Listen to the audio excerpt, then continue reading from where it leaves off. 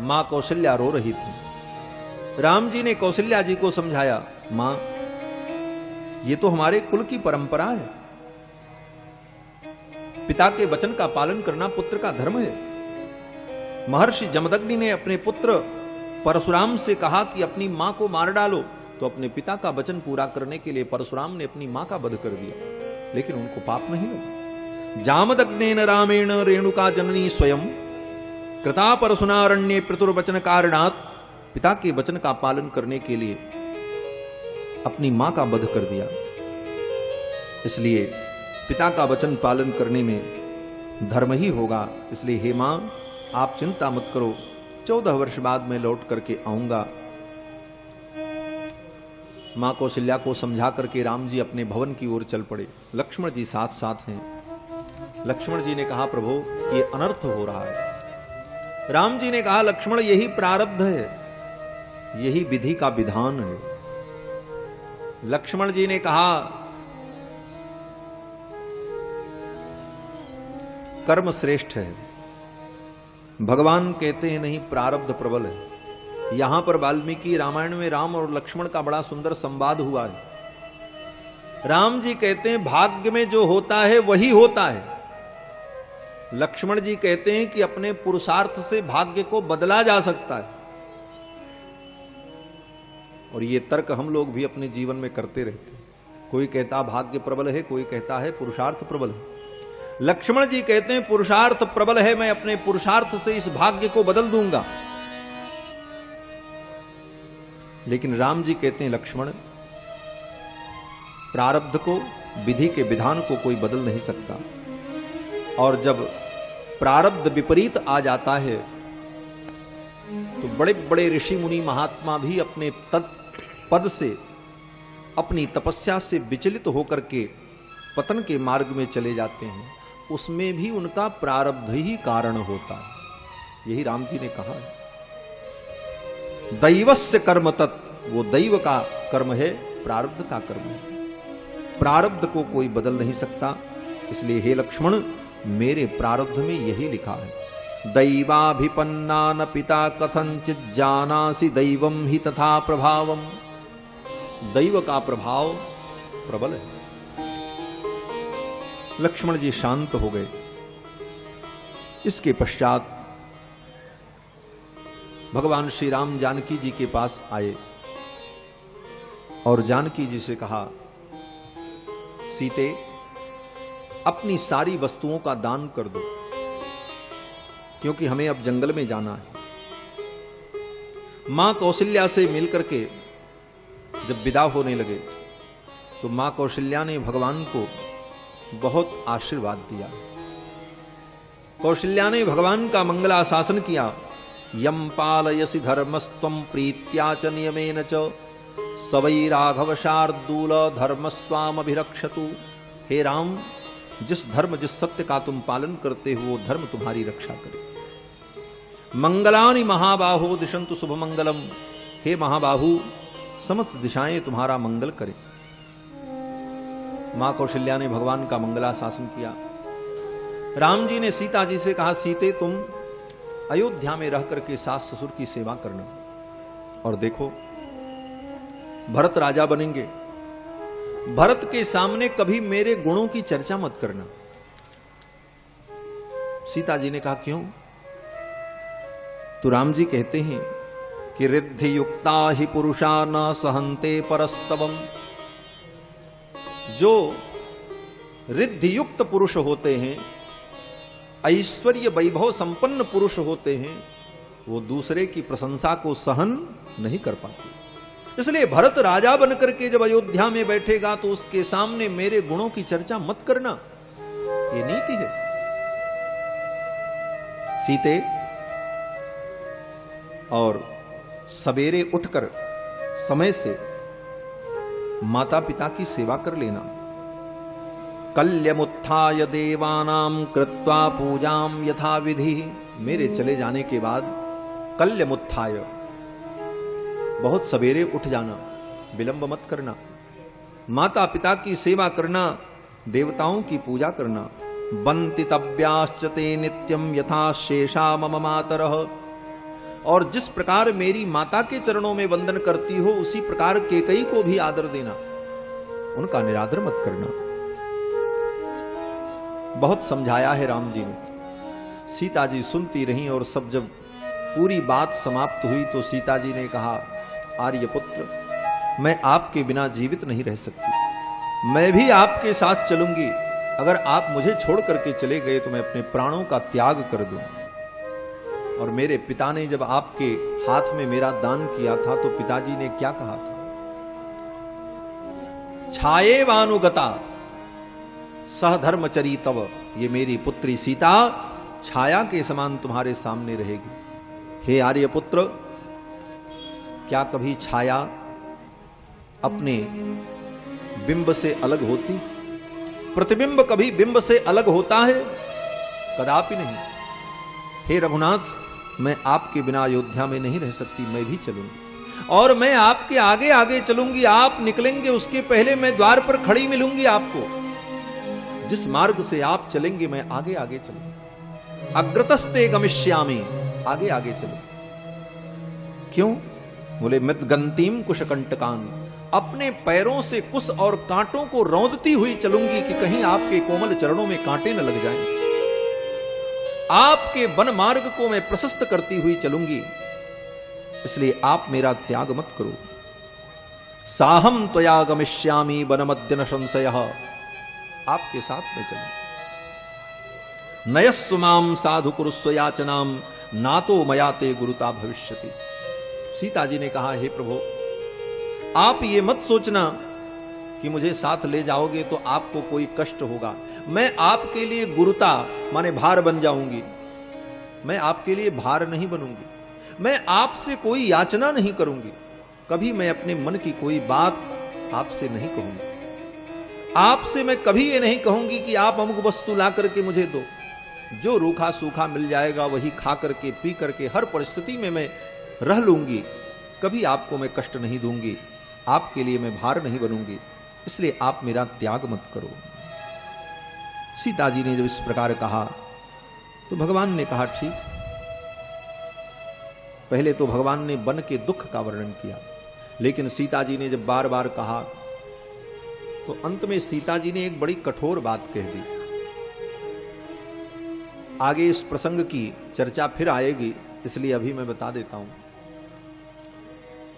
कि जानकी जी ने जब सुना कि बार बार भगवान कह रहे हैं साथ नहीं ले जाएंगे, साथ नहीं ले जाएंगे, तुम्हारी रक्षा कौन करेगा, वन में अनेक प्रकार की कठिनाइयां, तो जानकी जी ने कहा, किम त्वामन्यत वैदेह्यः पिता मे मिथिलाधिपः राम जामातरम प्राप्य स्त्रियम पुरुष विग्रहम। आप इतने कमजोर हो ये मुझे पता नहीं था। पुरुष के विग्रह में आप स्त्री हो क्या? स्त्रियों के अंदर जैसे भय होता है, डर होता है, उस प्रकार आपके अंदर डर है। लगता है मेरे पिता को यह पता नहीं था कि आप देखने में पुरुष हो लेकिन हृदय से तो आप स्त्री हो। स्त्रियम पुरुष विग्रहम, इस शब्द की अगर व्याख्या की जाए तो स्त्रियम पुरुष विग्रहम का मतलब है कि पुरुष के विग्रह में स्त्री अर्थात नपुंसक। बोले आपके अंदर इतना पुरुषार्थ नहीं है और आप मेरी रक्षा नहीं कर सकते। भगवान को जब ऐसा कहा तो ठाकुर जी ने कहा, ठीक है चलो। राम जी ने अनुमति दे दी और जब इनको अनुमति मिल गई तो लक्ष्मण जी ने चरणों में गिर करके प्रणाम किया, प्रभु मैं भी आपके साथ चलूंगा।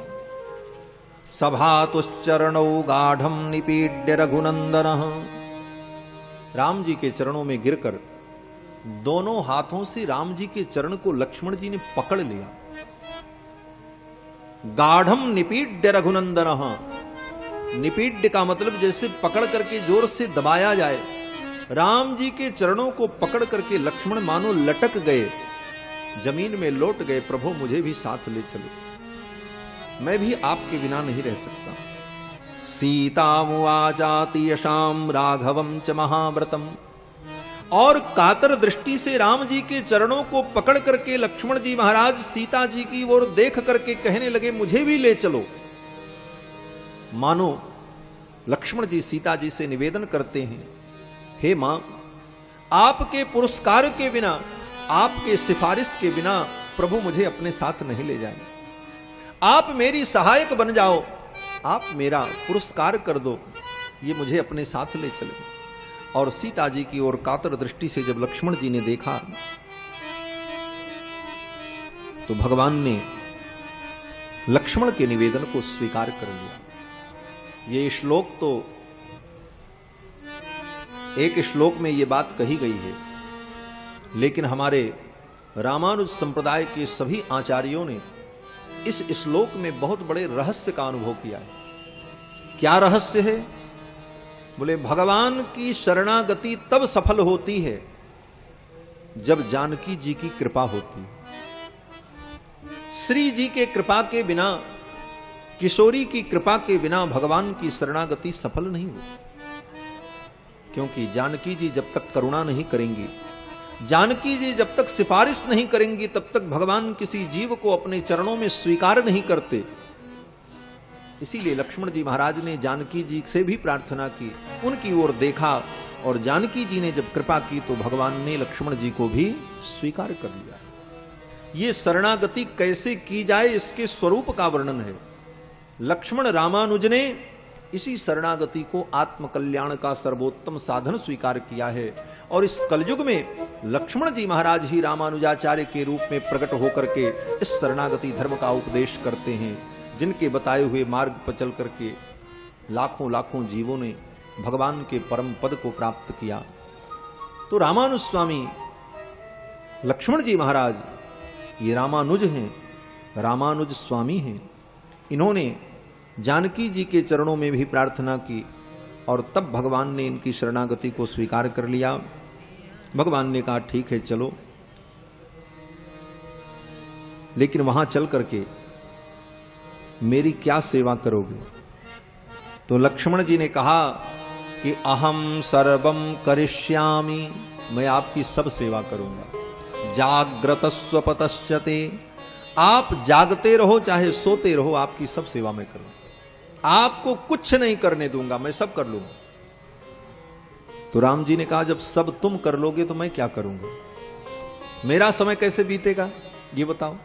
तो लक्ष्मण जी ने कहा, आपको क्या करना है ये मैं बताता हूं। भवास्तु सह वैदेह्या गिरिशानुसुरंशते, आप तो वैदेही के साथ, भगवती सीता के साथ वन उपवन में विचरण करना, वन की शोभा का आनंद अनुभव करना, आप दिव्य दंपति आनंद का अनुभव करना, और बाकी सेवा मैं करता रहूंगा।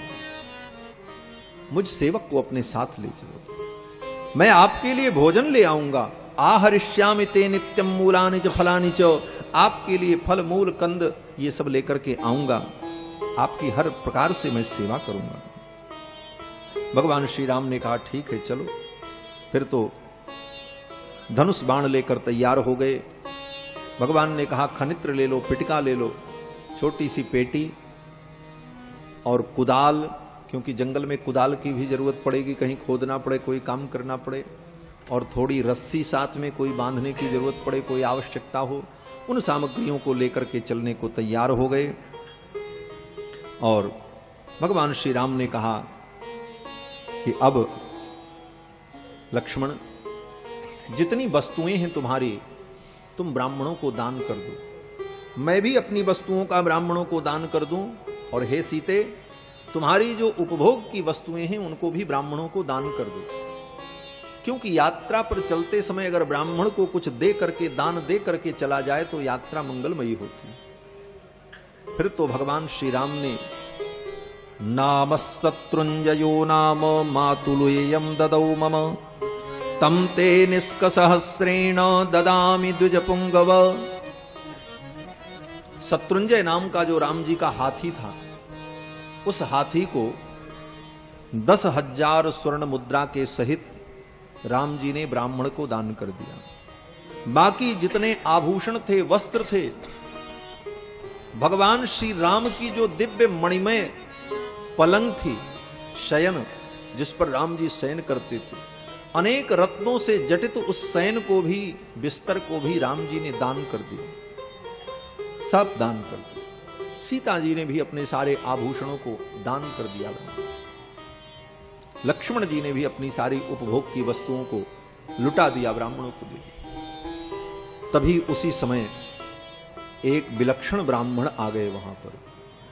तत्रासीत पिंगलो गार्ग्यस्त्रिजटो नाम वै द्विजः। गर्ग गोत्र में उत्पन्न त्रिजट नाम के एक ब्राह्मण आ गए। इनका नाम त्रिजट क्यों है? बोले इनकी 3 जटाएं थीं। जिनके 3 जटा हो उसको त्रिजट कहते हैं। पुरुष हो तो त्रिजट और स्त्री हो तो त्रिजटा।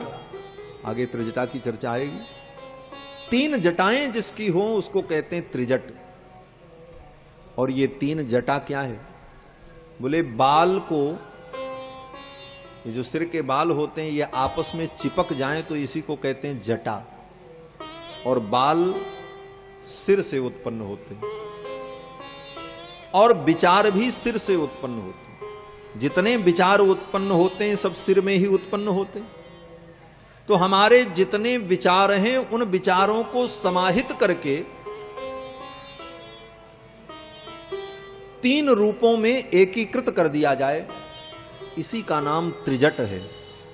जैसे सब बालों को 3 भागों में विभक्त कर दिया जाए तो 3 जटाएं हो जाएं, उसी प्रकार मस्तिष्क के विचारों को 3 प्रकार से हम बंधित कर दें, 3 प्रकार से उनको एकीकृत कर दें, वही त्रिजट है। ये 3 विचार कौन? बोले कर्म, ज्ञान, भक्ति। जितने मस्तिष्क में विचार, ज्ञान, विज्ञान है सबका समन्वय कर्म, ज्ञान, भक्ति इसी 3 में हो जाता है। यही 3 जटा है। कर्म, ज्ञान, भक्ति रूपी 3 जटाओं से संपन्न ये त्रिजट नाम के ब्राह्मण आए, बड़े दुबले पतले, और उनकी पत्नी जो थी वो भी वृद्धा, साथ में बालकों को साथ में लेकर के आई और कहने लगे, वो ब्राह्मण देवता महाराज हमें तो कुछ मिला ही नहीं। फटी धोती पहने हुए दीनहीन वो ब्राह्मण आए। भगवान श्री राम ने कहा, अच्छा आपको कुछ नहीं मिला? त्रिजट ने कहा, महाराज आपने सबको दिया, मुझे कुछ दिया ही नहीं। मैं बहुत गरीब हूं, मेरे बच्चे भूखे हैं, मेरी पत्नी के पास पहनने के वस्त्र नहीं हैं, कुछ मुझे भी दे दो। तो राम जी ने कहा, अच्छा। तो राम जी ने त्रिजट नाम के ब्राह्मण को एक डंडा दिया इतना बड़ा, और कहा, ब्राह्मण देवता आप इस डंडे को हाथ में लेकर के उत्तर दिशा की ओर फेंको और पूरी शक्ति लगा करके फेंको, और ये जितनी दूर तक जाकर के गिरेगा उतनी दूर तक की जितनी गायें हैं, क्योंकि उत्तर दिशा में भगवान की गौशाला थी अयोध्या, वो सारी गायें तुम्हारी और वो सारी भूमि तुम्हारी। अब वो दुबला पतला ब्राह्मण हड्डी हड्डी किसी प्रकार अपनी धोती ओती को कसा कमर में लपेटा और हिम्मत बांधा कि फेंकें, थोड़ी दूर जाकर के डंडा गिरे, 10-20 गाय भी मिल जाएंगी तो गुजारा हो जाएगा। लेकिन भगवान तो ब्राह्मण के उस विलक्षण छुपे हुए तेज को मानो प्रकट करना चाहते थे ब्रह्मण्य देव। और उस ब्राह्मण ने जब डंडा उठाया और जब फेंका, महाराज, ससाटीम परितक्कट्याम संभ्रांतः परिवेष्ट्यताम आविध्य दंडम चिक्षेप सर्व प्राणेन वेगतः। सर्व प्राणेन वेगतः, पूरी शक्ति लगा करके उसने फेंका। और जब फेंका महाराज तो डंडा जाकर के कहां गिरा मालूम? अयोध्या से फेंका तो जाकर के गिरा गोंडा जिला में, सरजू जी के उस पार गोंडा जनपद है। वो भगवान श्री राम की गौशाला वहां तक थी, इसीलिए उसका नाम गोरनद है। भगवान की गौशाला थी वहां तक। और अयोध्या में जो गुप्तार घाट है वहीं से गायें तैर करके इस पार से उस पार हो जाती थी, इसीलिए उसका नाम गोप्रतार घाट है। गोप्रतार माने गायें जहां पर तैर करके सरयू को पार कर जाती थीं, इसीलिए उसका नाम गोप्रतार घाट है। और आजकल उसको लोग गुप्तार घाट कहते हैं। और सरयू के उस पार जंगल में जाकर के गायें चरती थी। उतनी दूर फेंका डंडा महाराज, जाकर के गिरा। सतीर्त्वा सरयू पारम दंडस्तस्य कराच्युतः, उस ब्राह्मण के कर से छूटा हुआ दंड सरयू जी के उस पार जाकर के गिरा। और वहां तक की सारी गायों को, सारी भूमि को भगवान श्री राम ने उस ब्राह्मण को दे दिया। और भगवान ने कहा, हे ब्राह्मण, हे विप्र, मन्युर्न खलु कर्तव्य परिहासो ह्ययम् मम। आप मेरे ऊपर क्रोध मत करना। मैंने आपकी हंसी करने के लिए, परिहास करने के लिए ऐसा नहीं कहा था कि आप इतनी दूर डंडा फेंको या पूरी शक्ति लगा करके। इदम ही तेजस्तव यद दुरत्ययम, आपका जो दुरत्यय तेज है, आपके अंदर जो ब्राह्मणत्व है, तदेव जिज्ञासुतमिच्छता मया, आपके उस ब्राह्मणत्व की जिज्ञासा के लिए मैंने ऐसा कहा था। और आपका तेज दुर्धर्ष है।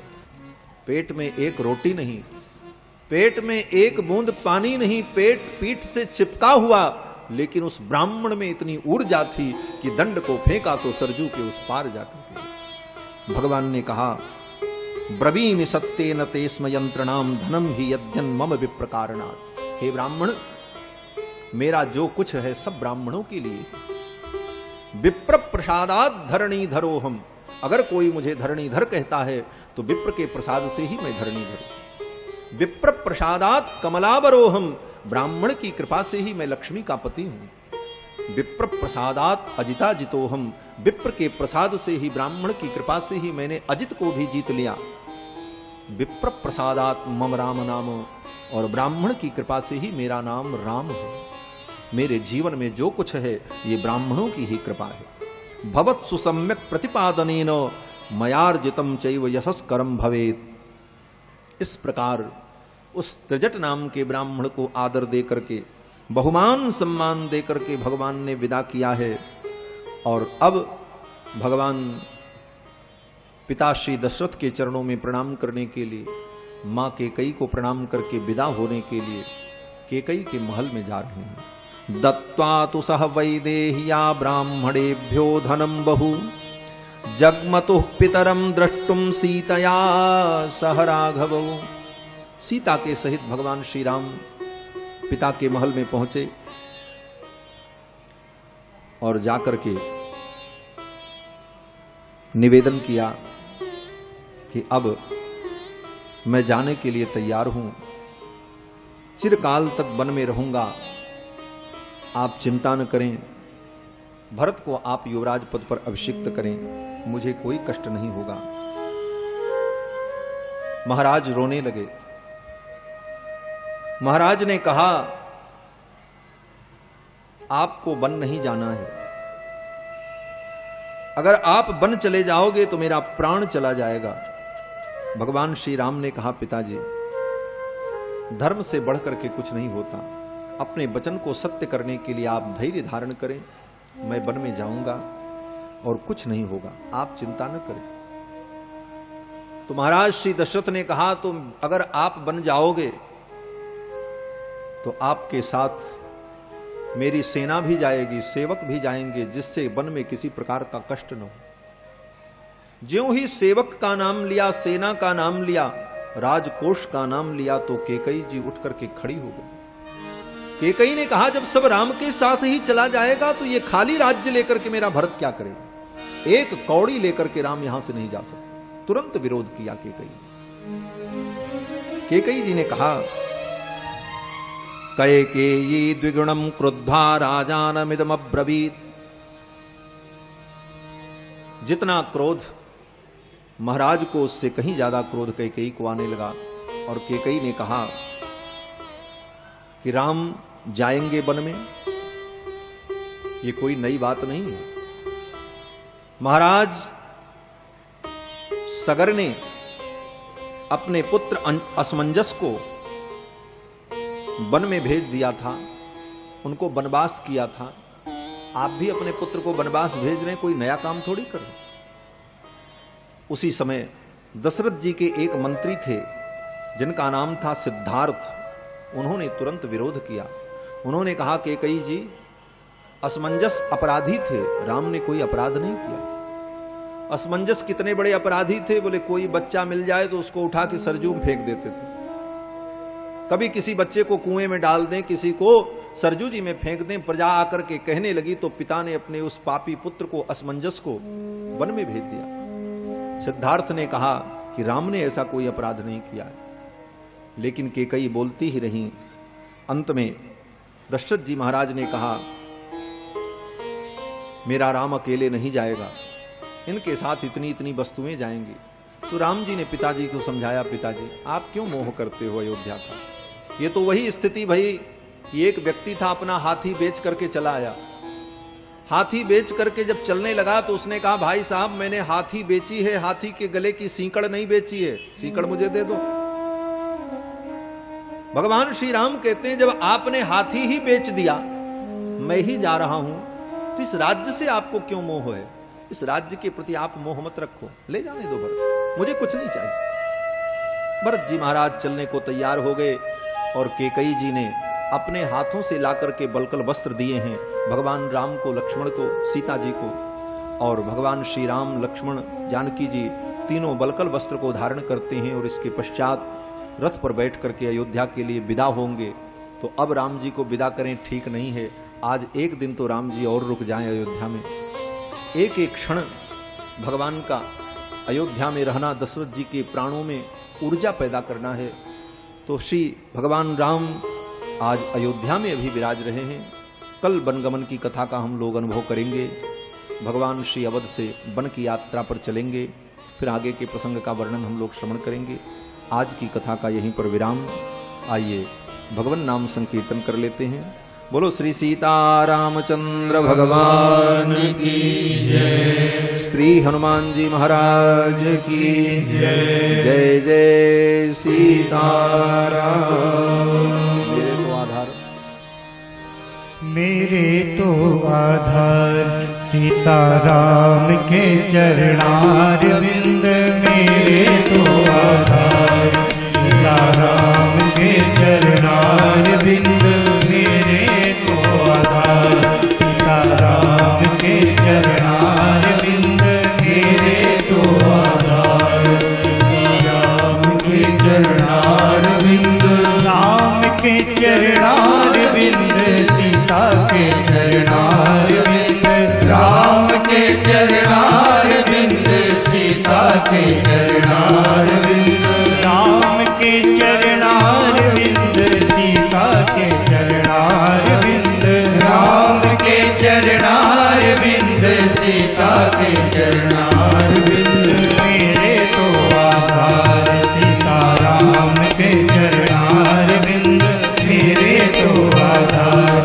सीताराम के चरणार बिंद, मेरे तो आधार सीताराम के चरणार बिंद, मेरे तो आधार सीताराम के चरणार बिंद, राम के चरणार बिंद, कृष्ण के चरणार बिंद, राम के चरणार बिंद, कृष्ण के चरणार बिंद, राम के चरणार बिंद, कृष्ण के चरणार बिंद, राम के चरणार बिंद, कृष्ण के चरणार बिंद, मेरे तो आधार सीताराम के चरणार बिंद, मेरे तो आधार सीताराम के चरणार बिंद, राम के चरणार बिंद, राम के चरणार बिंद, मेरे तो आधार सीताराम के चरणार बिंद,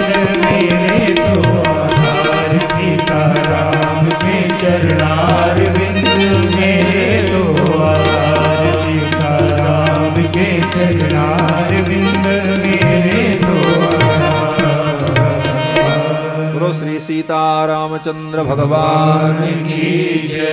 श्री राम कथा ज्ञान यज्ञ की जय। जय जय सीताराम।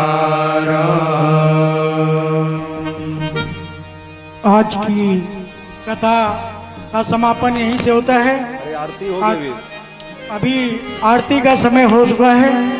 हमारे सभी विशिष्ट अतिथिगण कृपा करके आरती मंच पे आ जाएं।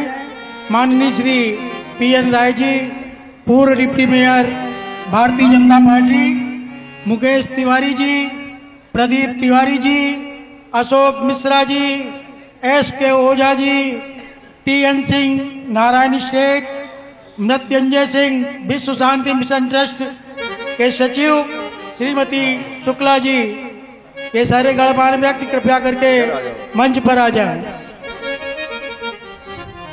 दिव्य दंपति की आरती उतारो है अली, दिव्य दंपति की आरती उतारो है अली। राजे दशरथ जो के लाल मिथिलेश की लली, राजे दशरथ जो के लाल मिथिलेश की लली। दिव्य दंपति की आरती उतारो की आरती उतारो है अली। पदनख मणि चंद्रिका की उज्ज्वल प्रभा, पदनख मणि चंद्रिका की उज्ज्वल प्रभा। नीलपीत कटी पट रहे मन को लुभा, नीलपीत कटी पट रहे मन को लुभा। कटी कोदनी की शोभा अति लगत भली, कटी कोचनी की शोभा अति लगत भली। दिव्य दंपति की आरती उतारो है अली, दिव्य दंपति की आरती उतारो है अली। राजे दशरथ जो के लाल मिथिलेश की लली, जो के लाल मिथिलेश की लली। दिव्य दंपति की आरती उतारो है अली, दिव्य दंपति की आरती उतारो है अली। शीश चंद्रिका मुकुट त्रिभुवन धन के, शीश चंद्रिका मुकुट त्रिभुवन धन के।